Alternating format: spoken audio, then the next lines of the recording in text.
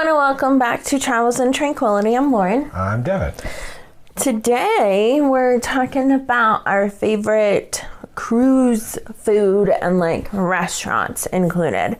Kind of a fun thing to talk about. We've been on 10 cruises, so it does feel like, you know, a good landmark to kind of talk about these things. Well, and in those 10 cruises, we've had the good fortune to be able to try most of the specialty and included food venues. Yeah. So we have lots to talk about. Yeah, absolutely. So we're going to talk about our top 3 of included restaurants and then top 3 of like specialty dining, like Devin kind of labeled them. And then we're going to talk about our least favorite in each category. Yeah.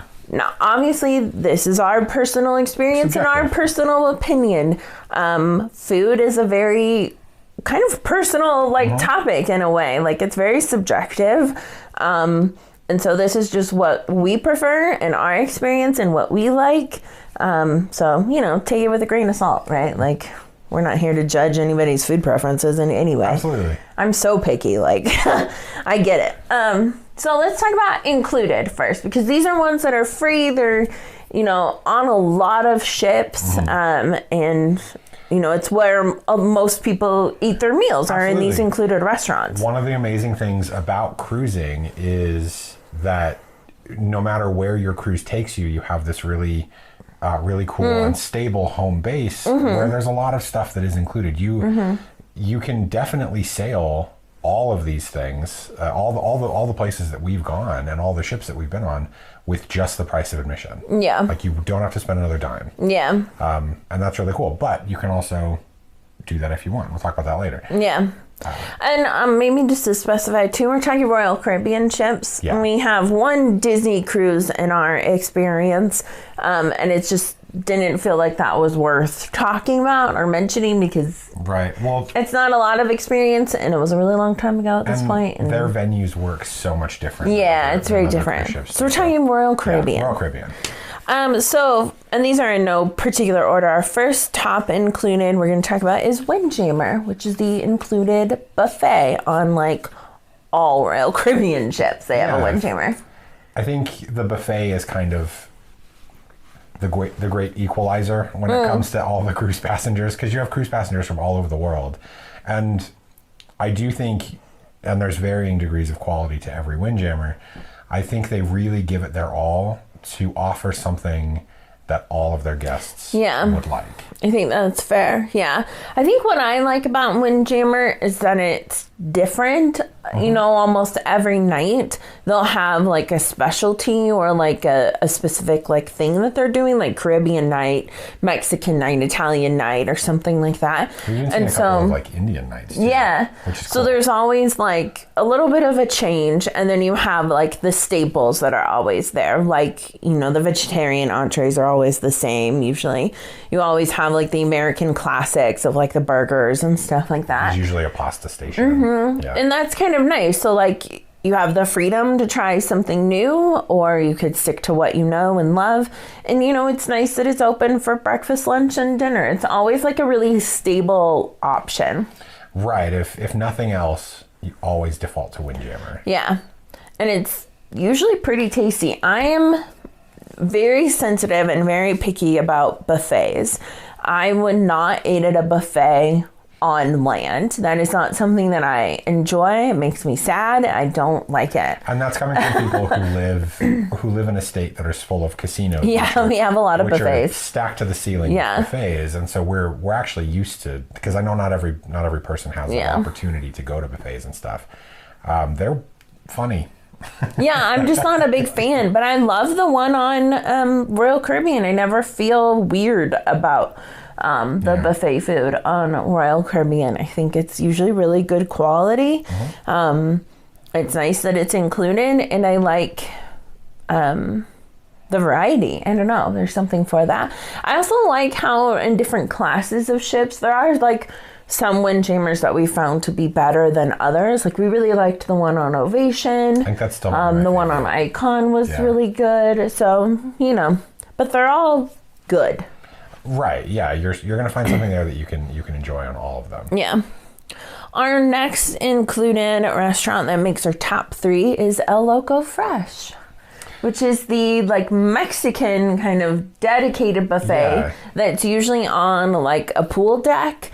It's in a lot of ships, not every single one, but it's in most of them. They're getting more, and I feel like as they kind of retrofit some of the older ships, this this venue pops up a little more frequently. Yeah. Super good. The one on Utopia was, I think, maybe my favorite. Yeah, we ate there twice. It was so good. It was super duper good. I loved it. Yeah, big fan.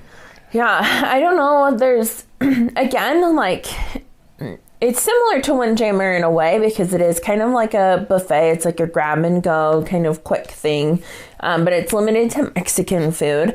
Excuse me. And I think it's cool that they have portion of the buffet where you just like literally grab and go something that's like pre-made. Yeah. So like burritos, quesadillas, that kind of stuff are pre-made and already wrapped, and you can just take them with you and go back to the pool deck. Or you have the part where it's like you make your own. You like build your own tacos, burritos, nachos, or something like that, and that's kind of cool. And you have the different meat options. Yeah. Our favorite is the pork carnitas. Oh my God. That pulled pork, so good. I'm pretty good at being able to dissect recipes. Yeah. And so I hate that I have not been able to figure that one out. I know. When you do, we'll have to make a video for that. Like, yeah. And honestly, if anybody out there in cruise world knows, if you so get your hands on that recipe, I would owe you one. It's super tasty. Yeah, that's what pulled us back on Utopia, because it's so good. Oh my Something gosh. special over there. Yeah, agreed. Our third favorite included restaurant is Base Camp, which as of right now is only on Icon of the Seas. But we're thinking there's probably going to be a version of that on, the Icon like class of ships. Yeah, so it's already listed as a venue on Star of the Seas. They haven't listed anything yet for Legend of the Seas, which is the next year's Icon class. So that's why we're thinking it's definitely going to be an Icon. Potentially just an Icon exclusive venue. Yeah. And this one is usually, on Icon, it was near like the rock climbing wall, like the sports deck, not necessarily like the pool deck, but the sports deck near like the basketball court and that kind of thing. But near the water slides too. Yeah. It's like right across the way from the water slides. And I don't know, again, it was just really quick and easy, and it was pretty tasty. It was great. Yeah, they had... and it was kind of more like snacky in a way. Right. It was... and kind of unique snacky things to there. So they had like a smash burger slider they came with tater tots, right? Mm-hmm. They also had... pretzel bites that were really good. With some cheese sauce and chicken nuggets, which... Like little, like popcorn chicken. Yeah. It wasn't like the McDonald's chicken nuggets. Right. It was more like whole pieces of chicken. Anyway, it was fantastic. Yeah, it was surprisingly good. And it's like, again, a quick service included type of restaurant. If you're up and at 'em and you're like doing a bunch of stuff and just as a place to grab like a quick bite to eat, it was really tasty. Yeah, and my thing, like I was saying, it was kind of unique stuff too. Like I don't think there's any other place on any of the venues that we've been to and that we're going to talk about where you can get like a smash burger on the Royal Caribbean. And the pretzel bites, like you don't see that anywhere. Nobody has like the pretzels. I love pretzels. Like I love hot pretzels. And so the fact that they had tots instead of fries is just fun. Yeah, unique kind of it's thing. It's just different. Mixes it up a little bit. Yeah, for sure. So that made it into our top 3, even though we ate it, I think, once on Icon. But yeah, it made it into our top because it was that good. It was memorable too. So that's absolutely. Royal's doing something right. When you can eat at a place once and remember it, it's far out. Definitely. Okay, time for our least favorite of the included restaurants on Royal Caribbean ships. And that is... And it should be a no-brainer for people who like follow the Royal Caribbean subreddit and stuff. But yeah, it's... Are we not going to say it at the same time? Oh, I didn't know. You weren't cueing me in any way. Main dining room. It's main dining room, yeah. We've tried multiple times with them. We did it on Adventure, Ovation, and probably one other ship. It's been a couple of times we've tried, and it's just not for us. It's never as good as you want it to be. No. And there are people who swear by it and love it, and that's incredible. It's just not for us. And it's like we're immediately set up to fail because we really don't like family dining. Yeah. We really don't want to sit next to other people that we've never met before. And that's just like a personal preference. Again, lots of people love it. And lots of people find that it's a great way for them to make friends and meet people on cruises. And they have an incredibly memorable experience. And that's awesome. That's just not us. That's not how we cruise. And, there is something to be said for going night one and then going every night and like having the same wait staff. Yes. And then getting to know you a little bit. I do think that's cool, for sure. And like them offering like customizations or specific things. Like really getting to know you. Yeah. And the staff there do an amazing job at Absolutely. that. But we also don't want to sit there we don't want dinner to be a 3-hour thing. Right. That's also not our jam. We are very much like get in, get out, on to the next activity kind of people. And it's just, that's hard to do in main dining room, even more so than like specialty dining. Right. Because at specialty dining, you can usually say like, hey, like we want this to be quick, or they kind of pick up on the fact that you're wanting this to be a quicker service than not. There are like cues that you can kind of give. Yeah. But in main dining room, you're limited in a way because they're feeding, thousands of people right at the same time. And so it's kind of understandable. Well, and then there's that expectation that like it's a social event as well as a meal. And like you're going to want to talk about your day with your table mates and stuff like that. And that's just never really, like I can be social. I think I have maybe an easier time with it than Lauren does. Yeah. But I don't, it's not my preference. No, it's just definitely not our preference. And as far as like food quality, in our personal opinion and in our experience, we've never found the main dining room to have the food quality that we want. Yeah. Oftentimes, like by the time we were getting our food, it was cold. It wasn't like as great. Because again, they're responsible for feeding a lot of people at once. It's just something that happens. Yeah. And I think the only time the main dining idea has ever worked for us, and I know we said we weren't really going to dive too much into it, was Disney. Disney, yeah. And even then it still was, there were still some problems, Right. And the only reason I even say it worked for us is because Disney forces you into a main dining thing every night. Yeah. It's a rotating cast of venues, but it's essentially main dining. Right? Yeah. But I do think, though, that variety is nice that Disney offers, so that it's not the same every night, the same venue every night. That is helpful. And while Royal Caribbean, their menu changes every night, the venue is the same. And often the venues look fairly similar. And then I also think it's nice on Disney when you have the same crew with you, like that stability. Right, 'cause they travel with you every night. That's really a nice feature. So I don't know. We've just never found main dining room to be worth it or to be good. No, and I'm not sure if we've ever talked about it on camera or anything like that, but we've kicked around the idea of like maybe Royal Caribbean should turn the main dining space into like a multi-story windjammer. Oh, yeah. And then use the other space where windjammer's at for something different. Yeah. Maybe have a food hall or something like that. I don't know. Something. But like main dining, based on, it's anecdotal, but based on what I'm seeing on all the social media sites that deal with Royal Caribbean, a lot of people are falling out of favor, especially new cruisers, or younger cruisers. The main dining area is falling out of favor. Yeah, I think so. By a lot. There's probably something to be said for main dining room of yesteryear. Who knows? Cool as hell. Who knows what that experience was like? Put a tux on. I'm assuming everybody's smoking at this point. A different kind of experience for sure. Yeah, I mean, I'd love to go back and experience some of that stuff. Like, there's people that talk about like the midnight buffets that we used to have. All sorts of cool stuff. I digress. Yes. All right, moving on. So talking about specialty dining and like our top favorites and those. Again, in no particular order within like the favorites. And first, honorable mention for Starbucks. It's in a class of its own. Devin's saying it's in a class of its own. Honestly, it would have made my top 3 of specialty restaurants.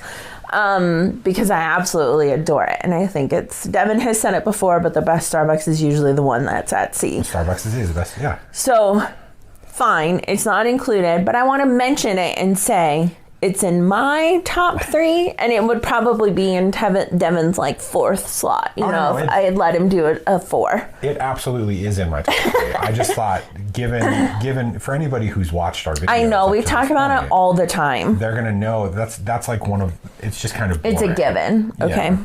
Fine. Starbucks isn't boring, but the option to throw it into our things, I feel it's a little expected. I never feel that way about Starbucks. Anyway, moving on. The first one we're going to talk about is Chops Grille.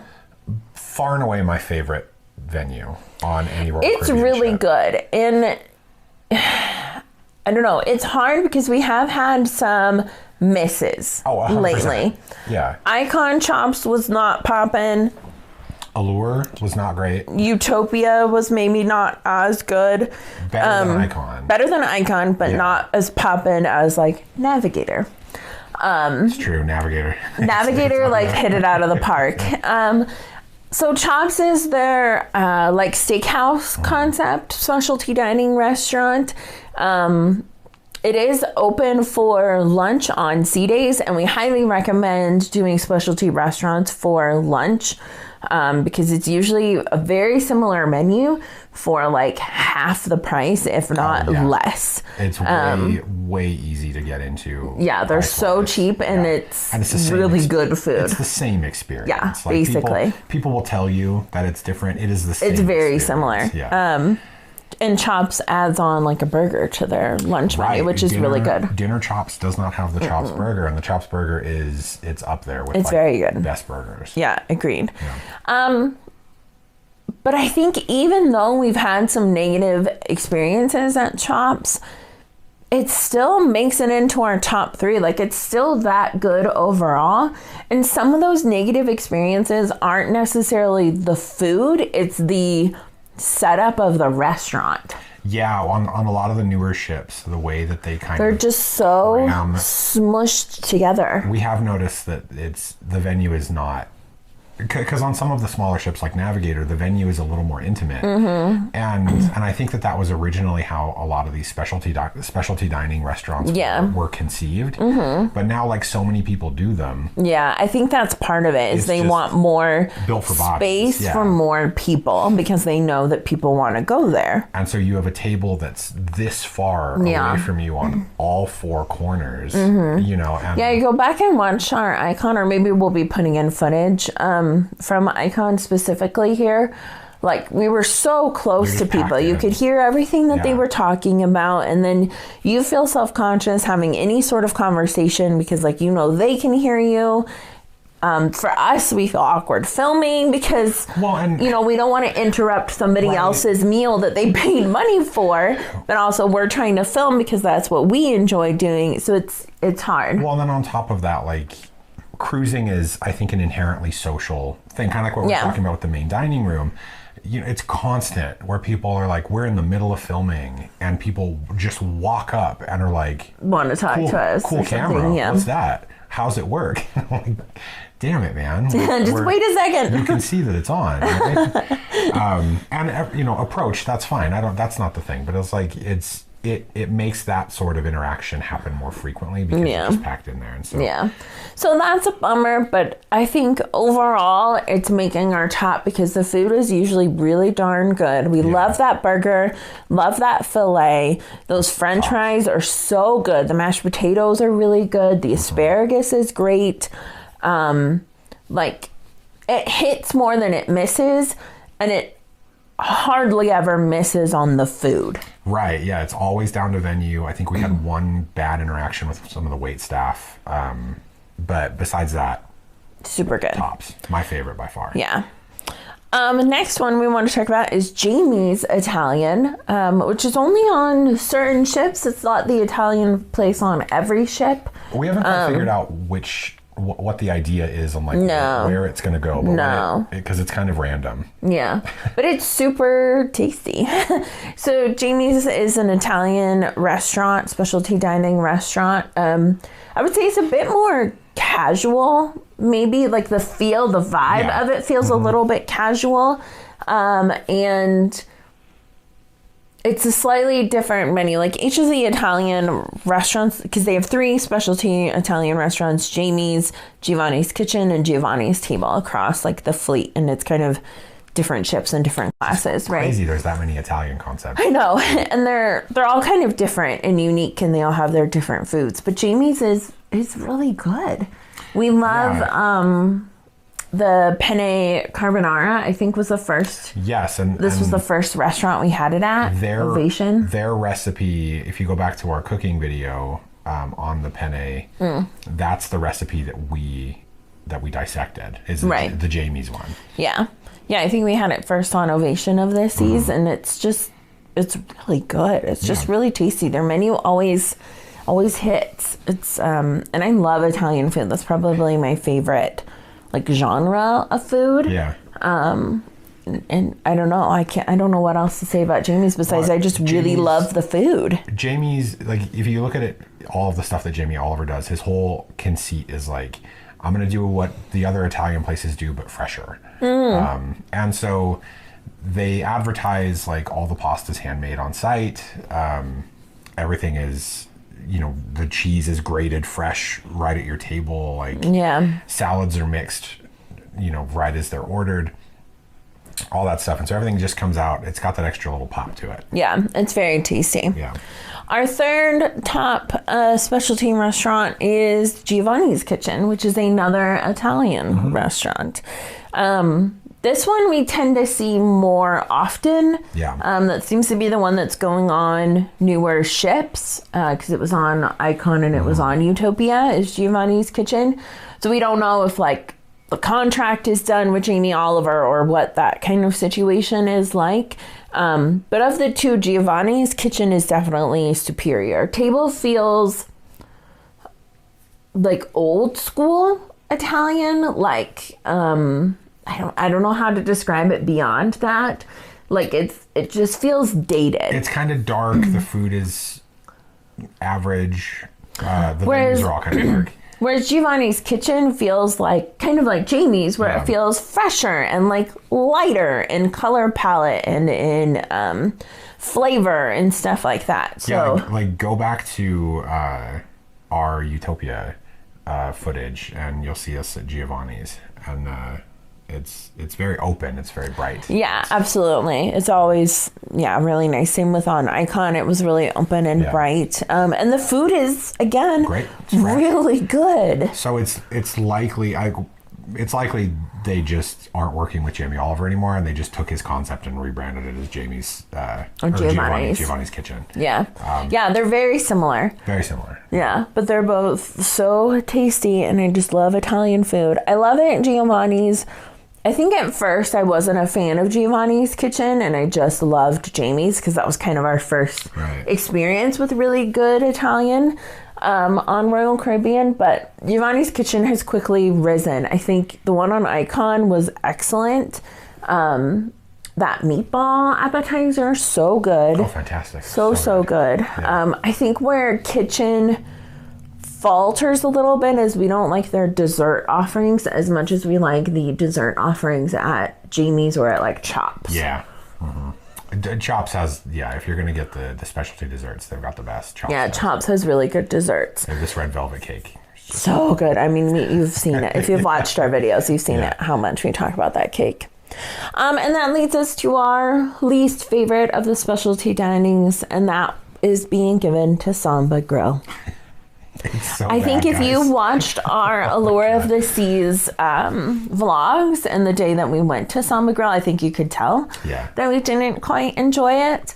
So Samba Grill is like a Brazilian steakhouse. Is that what they call it? Yeah, or churrasco. You'll see them labeled churrasco or Brazilian steakhouses. Yeah.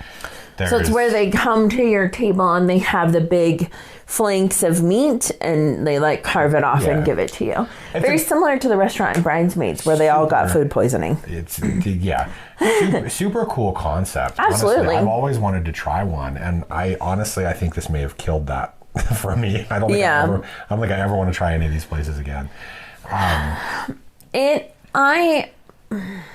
We wanted to try it because it was on Allure of the Seas. It's not on a lot of ships. No. And so it was kind of unique to that, and we wanted to give it a go. Views and Cues loved it. They had such a positive experience, and it wasn't for us. I'm not a big meat person. I'm more of like a sides person. The sides make the meal for me. They're very limited here at Samba. And I'm not very like adventurous with my meat options. I would like a grilled chicken breast or a well done filet. You know, like those are the meats that I will eat. Like, and outside of that, I'm not really adventurous and I'm not really interested in other things. So like lamb and sausages, that's just not my vibe. And it's a meat place. Yeah. It's... The whole thing was just odd. Like it's not even an actual venue on it was Allure, right? We watched Allure. It's not even a venue on Allure. They convert the Solarium Bistro into Samba at night. Yeah. So that was weird because we're all having this specialty dining experience with just people in the hot tub literally outside. Yeah, outside in the their front bathing door. suits and stuff. And so that was odd, and then they didn't explain kind of how the concept worked. They didn't ask if we had been there before, and there was a lot of expectations that they had for us to interact with them that they didn't explain. So that was odd off the top. We definitely missed like cues or something there. There was some miscommunication about how to handle the restaurant or what to do that we missed. Because the sides and stuff, some of them they'll deliver to you. Some of them you can go up and get yourself. There's like a salad bar. There's like a faux salad bar, dessert bar. Yeah, there's almost like a buffet portion because there's like a dessert buffet. Excuse me, and then like a salad buffet, and then there's also a spot that kind of had some breads or something like that, but it felt like I got in trouble for taking those breads because they were bringing bread to our table and we just didn't understand that. The guy brought the thing of bread and he was like, oh, and then just left. So I don't know. It was conceptually not very well explained, and then on top of it the execution wasn't great. So just wasn't our favorite, but that was our personal experience. We know that there are people out there who love it, and it's just not our vibe, and I'm glad we tried it, and so now we know that that's what that is, and we know it's just not for us. So, Thankfully, I mean, the cost of entry for Samba wasn't particularly high. No, we did okay. So, and it's worth trying once. It's worth trying anything once, you know.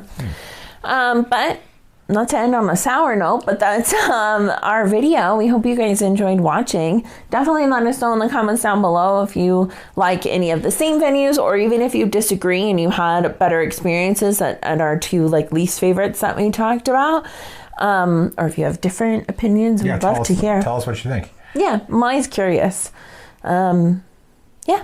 Thanks for watching. Yeah, and we know that there's so many other venues that we didn't mention. Yes, at all. absolutely. We very much limited ourselves because we didn't want this video to be any longer than it is right now. Right. But yeah, like Lauren said, tell us what you think. Thanks for watching. Yeah. We'll catch you guys in the next one. Bye.